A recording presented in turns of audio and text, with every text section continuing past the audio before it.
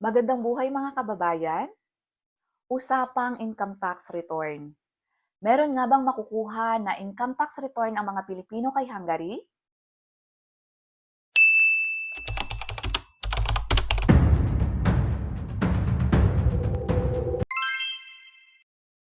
Yes po.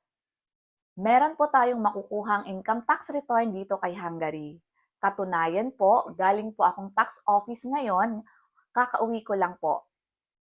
Galing po ako doon at nag-file po ako. At doon ko po nalaman, talagang meron po tayong makukuhang income tax return kay Hungary. Kung matagal ka na pong nanonood ng vlog ko, for sure napanood niyo po yung about sa family tax. Dahil sa batas po ng Hungary, according to the principle of equal treatment, a foreign private individual cannot be charged a higher amount of tax than the domestic private individual has to pay in the case of same legal title.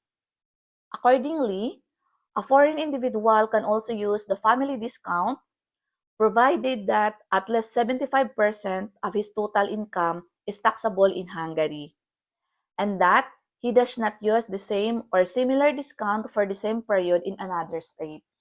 So ayun mga kababayan, kung ikaw may isang anak, dalawa o tatlo, pumunta lamang po sa pinakamalapit na tax office at magdalhin lang po yung mga requirements, yung printed po na 23M30, tax ID mo, at tax ID ng mga anak mo, at yung original na accommodation paper po natin, yung with barcode. Siguro yung mga walang barcode, siguro okay lang yon.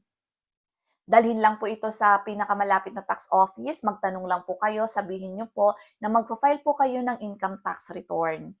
At doon nyo po malalaman kung magkano po ang makukuha nyo.